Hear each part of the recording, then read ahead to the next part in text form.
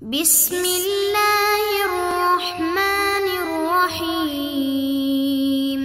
اعوذ باللہ من الشیطان الرجیم، بسم اللہ الرحمن الرحیم۔ کتاب شرح باب ہادی عشر، سبق نمبر 2۔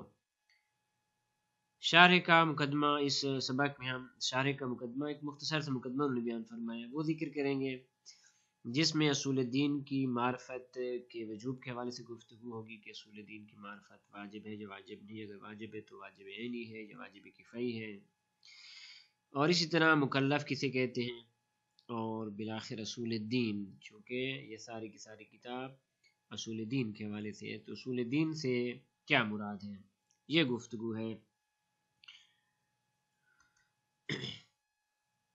جی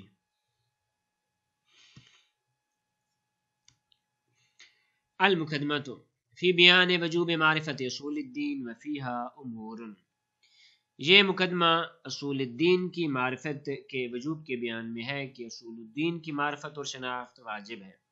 وفیہا امور، اس میں چند امر ہیں، ان میں سے الامر الاول، سب سے پہلا امر، فی بیان وجہ تسمیت ھذا الکتاب، کہ اس کتاب کا نام شرح باب ہادی عشر کیوں رکھا گیا ہے، یا باب ہادی عشر کیوں رکھا گیا ہے، اور اس کے بعد ومعانی الوجوب، وجوب کے معنی، لغوی معنی اور اصطلاحی معنی بیان کیا جائے گا، والاصول والدین، اصول سے کیا مراد ہے اور دین سے کیا مراد ہے، اور بالآخر اصول الدین سے کیا مراد ہے۔ قال علامہ ہلی رحمۃ اللہ علیہ قدس اللہ روحہ، فرماتے الباب الحادی عشر، پہلے 10 باب کے بعد 11ویں باب کی ابتدا فرماتے ہیں اور کہتے ہیں الباب الحادی عشر، 11واں باب، فیما یجب علی عامۃ المکلفین، کہ جو تمام مکلفین پہ واجب ہے، ان چیزوں کے بیان میں ہے جو تمام مکلفین پہ واجب ہیں، اور وہ کون سی چیزیں، من بیانیہ کے ساتھ، من معرفت اصول الدین، اصول الدین کی معرفت واجب ہے، لہذا 11واں باب اصول الدین کی معرفت کے بیان میں ہے۔ جناب فاضل مقداد رحمۃ اللہ علیہ اس کی شرح میں اور اس کی وضاحت میں فرماتے ہیں اقول انما سمی ھذا الباب الحادی عشر، اس کا نام باب ہادی عشر اس وجہ سے رکھا گیا لأن المصنف اختصر مصباح المتہجد الذي واضحه الشیخ ابو جعفر طوسی رحمہ اللہ فی العبادات والادیہ، اس کتاب کا نام باب ہادی عشر اس وجہ سے رکھا گیا کہ جناب مصنف علامہ ہلی رحمۃ اللہ علیہ نے مصباح المتہجد کو مختصر کیا، مصباح المتہجد کے جن کی تالیف جناب شیخ ابو جعفر طوسی رحمۃ اللہ علیہ، صاحب کتاب الاستبصار و تہذیب الاحکام اور کافی ساری کتابوں کے مصنف، انہوں نے کتاب مصباح المتہجد تحریر فرمائی ہے فی العبادات والادیہ، جس کا موضوع عبادات اور ادیہ ہے، دعائیں ہیں۔ ورتب ذلک المختصر، مصباح المتہجد کی تلخیص کو انہوں نے مرتب کیا علی 10 ابواب، 10 ابواب پہ، وسماہ کتاب منہاج الصلاح فی مختصر المصباح، جس کا نام انہوں نے رکھا ہے منہاج الصلاح فی مختصر المصباح، جیسا کہ ہم نے سبق نمبر 1 میں ان تمام ابواب کی تفصیل بیان کی اور اس کی وجہ تسمیہ بھی وہاں پہ ذکر کی ہے۔ ولما کان ذلک الکتاب فی فن العمل، اور جب کتاب مصباح المتہجد یا منہاج الصلاح فی مختصر المصباح یہ فن عمل میں، یعنی فروعات دین، والعبادات والدعا، عبادات اور دعاؤں کے بارے میں تھی، استدعا ذالک الی معرفت المعبود والمدعو، تو تقاضا یہ تھا کہ ان عبادات اور دعا اور اعمال کو انجام دینے کے لیے ضروری ہے کہ اس معبود کی معرفت ہونی چاہیے جس کی عبادت کی جا رہی ہے، اور مدعو جس سے دعا کی جا رہی ہے اس کی معرفت ہونی چاہیے، یعنی خداوند عالم کی ذات کی پہلے معرفت ضروری ہے، اس کے بعد پھر عمل عبادات اور دعا ہو سکتی ہے۔ لذا فاضاف الیہ ھذا الباب، اس کتاب کے آخر میں اس باب کا اضافہ کیا اور اس کا نام رکھ دیا 11واں باب۔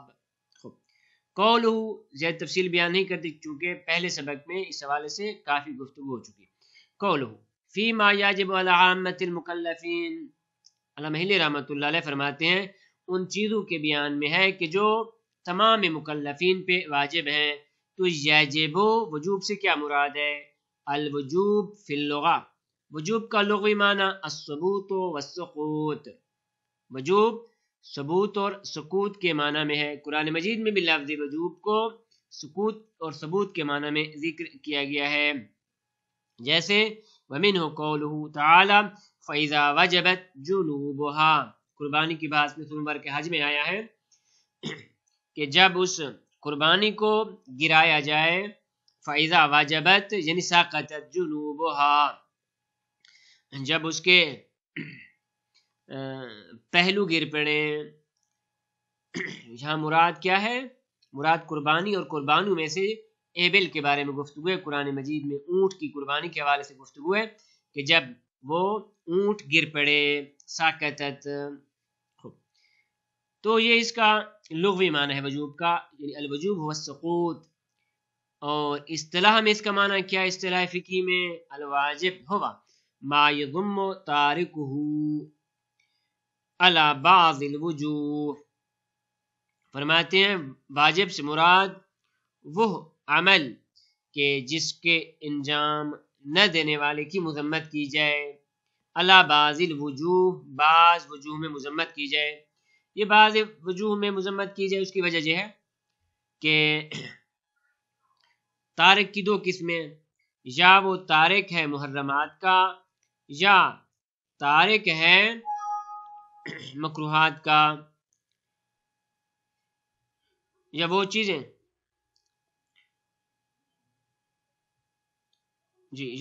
جن کو انجام دینا ہے ان کی دو قسمیں ہیں۔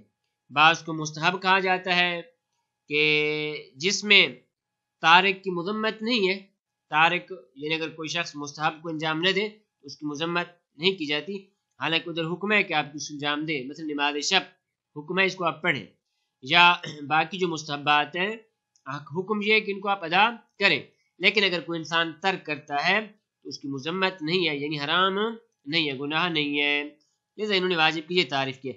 لیکن اس کے مقابلے میں واجب وہ ہے کہ جس کے تارک کی مذمت کی گئی ہے، نماز واجبی، روزہ واجبی، جتنے بھی واجبات ہیں ان کے تارک کی مذمت کی گئی ہے، خداوند عالم کی ذات نے ان کی مذمت فرمائی ہے۔ وہ والا قسمین، پھر واجب کی دو قسمیں ہیں، واجب عینن، وہ واجب کے جو عینی واجب ہے، یعنی ذاتن ہر ایک پہ علیحدہ علیحدہ واجب ہے، ہر ایک اپنا اپنا واجب ہے، یا وہ ما لا یسقط عن البعض بقیام البعض الآخر بھی، وہ عمل ہے، وہ واجب ہے کہ بعض کے انجام دینے سے دوسرے بعض سے ساکت نہ ہوتا ہو۔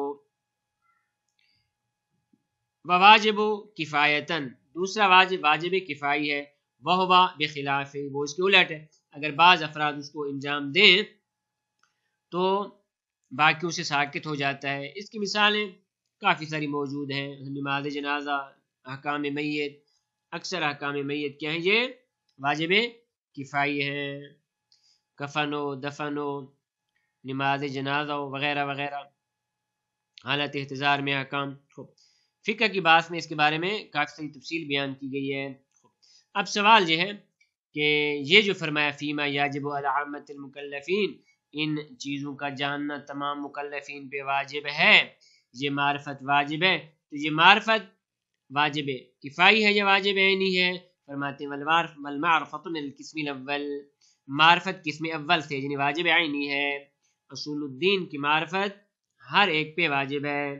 فلذلک قال یاجب علی عامۃ المکلفین، اسی بنیاد پہ جناب مصنف نے فرمایا عامۃ المکلفین پہ واجب ہے، تمام مکلفین پہ واجب ہے، نہ کہ بعض مکلفین اگر اس کو انجام دے تو بعض دوسروں سے ساکت ہو جائے گا۔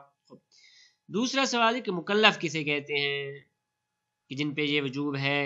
فرماتے ہیں والمکلف هو الانسان الحی البالغ العاقل، مکلف اس میں چار چیزوں کو ہونا ضروری ہے، انسان، پس حیوانات مکلف نہیں ہے، انسان ہے اور میت ہے تو وہ بھی مکلف نہیں ہے، پس زندہ ہونا چاہیے، البالغ، انسان بھی ہے زندہ بھی ہے لیکن بالغ نہیں ہے تو وہ بھی مکلف نہیں ہے، مثلا بچہ ہے وہ مکلف نہیں، العاقل، اور یہ کہ عاقل ہونا چاہیے، لذا انسان ہے، زندہ ہے، بالغ ہے لیکن دیوانہ ہے تو وہ بھی مکلف نہیں ہے. لذا کہتے فالمیت والصبی والمجنون، میت بچہ اور مجنون یہ مکلف نہیں ہیں.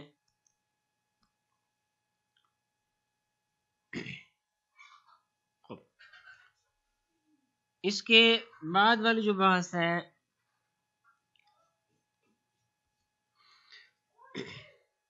وہ ہے اصول الدین کے حوالے سے. فرماتے ہیں والاصول جمع الاصل، اصول اصل کی جمع ہے، اور اصل کا کیا معنی ہے؟ وَهُوَ مَا يُبْتَنِي عَلَيْهِ غَيْرُهُ، جس پہ غیر مبتنی ہو اسے کہتے ہیں اصل. فر ہمیشہ اصل پہ اور جڑ پہ مبتنی ہوتی ہے، بنیاد. پس اصول جمع ہے اصل کی، اور اصل کا معنی کیا ہے؟ بنیاد. پس اصول یعنی بنیادیں. یہ کن چیزوں کی بنیادیں ہیں یہ بعد میں بیان کر رہے ہیں. والدین، دین کے دو معنی، لغوی معنی الجزا، لذا مالک یوم الدین، روز جزا کا مالک ترجمہ کیا جاتا ہے. یا ومنہ قول النبی صلی اللہ علیہ وآلہ وسلم کما تدین و تدان، جیسا کرو گے ویسا بھرو گے، عدلے کا بدلہ. و اصطلاحاً، دین کا اصطلاحی معنی ہو الطریقہ والشریعہ، اصطلاحی معنی یعنی طریقت شریعت. البتہ طریقت شریعت سے مراد وہ طریقت شریعت نہیں ہے کہ جو علم عرفان میں بیان کیا جاتا ہے، علم تصوف میں بیان کیا جاتا ہے، طریقت شریعت اور حقیقت، بلکہ نہ وہو المراد، ہونا یہاں پہ جو مراد ہے دین سے وہ یہ طریقت اور شریعت ہے. اب اس کے بعد جب ان دونوں کو آپس میں ملائیں اور مرکب کریں یعنی اصول الدین، تو اس کو اصول الدین کیوں کہا جاتا ہے؟ فرماتے ہیں سمی ھذا الفن اصول الدین، اس فن کو، علم کلام کے اس فن کو اصول الدین اس وجہ سے کہا گیا ہے لأن سائر العلوم الدینیہ، کیونکہ جتنے بھی دینی علوم ہیں، من بیانیہ جس طرح حدیث، والفقہ فقہ کا علم ہے، والتفسیر تفسیر کا علم ہے، وغیرہ، مبنیۃ علیہ، یہ تمام اسی پہ مبنی ہے. کس طرح اس پہ مبنی ہے؟ کس طرح یہ تمام دینی علوم اس پہ مبنی ہے؟ فإنها متوقفۃ علی صدق الرسول، حدیث فقہ تفسیر جتنے بھی علوم ہیں یہ موقوف ہے اس بات پہ کہ رسول سچا ہو. وصدق الرسول، اور رسول کا، پیغمبر کا صدق اور سچائی، متوقف علی ثبوت المرسل، وہ موقوف ہے اس بات پہ کہ بھیجنے والا، رسول کا بھیجنے والا اور مرسل وہ ثابت ہو، یعنی خداوند عالم کی ذات. بس خداوند عالم کی جب ذات ثابت نہیں ہوگی رسول کیسے ثابت ہوں گا؟ اور جب رسول ثابت نہیں ہوں گے تو ان کی سچائی کیسے ثابت ہوگی؟ اس کے علاوہ وصفاتہ، صرف ذات کا ثابت ہونا ضروری نہیں بلکہ ان کی صفات بھی ثابت ہوں. صفات آگے بات آ جائے گی، صفات ثبوتیہ، صفات سلبیہ. وعدلہ، خداوند کریم کا عادل ہونا بھی ضروری ہے. وامتناع القبح علیہ، اور یہ کہ کبھی چیزیں خداوند عالم سے ممتنع ہیں. تو یہ جتنے بھی علوم الدینیہ ہیں یہ سارے کے سارے موقوف ہیں اصول الدین پہ. جب تک اصول الدین ثابت نہیں ہوں گے باقی علوم کی سچائی اور حقیقت ثابت نہیں ہو سکتی. لہذا وعلم الاصول، علم الاصول سے مراد نہ وہ اصول فقہ ہے بلکہ علم الاصول سے مراد علم اصول الدین ہے، یعنی اصول الدین کا علم، عقائد کا علم. وہو ما یبحث فیہ عن وحدانیت اللہ تعالی، ہر وہ علم جس میں خداوند عالم کی وحدانیت، وصفاتہ وعدلہ، ان کی صفات ثبوتیہ اور سلبیہ تمام صفات اور ان کی عدالت کے بارے میں گفتگو کی جائے. اسی طرح ونبوت الانبیاء علیہم السلام، انبیاء کی نبوت کے حوالے سے گفتگو کی جاتی ہے. والاقرار بما جاء بہ النبی صلی اللہ علیہ وآلہ وسلم، اور وہ تمام چیزیں جن کو جناب نبی اکرم صلی اللہ علیہ وآلہ وسلم لے کے آئے ہیں، قرآن مجید، اور باقی وہ تمام احکامات جو انشاءاللہ جب نبوت کی بحث ذکر کریں گے تو وہاں پہ مفصلاً آ جائیں گی نبوت، پس توحید، اس کے بعد عدل، اور اس کے بعد نبوت، اور اس کے بعد و امامت الائمہ علیہم السلام، امامت کی بحث، والمعاد، اور بالآخر معاد اور قیامت کی بحث. یہ تمام کے تمام اصول الدین، ان کے بارے میں علم الاصول الدین میں بحث کی جاتی ہے. صلی اللہ علی محمد وآلہ الطاہرین.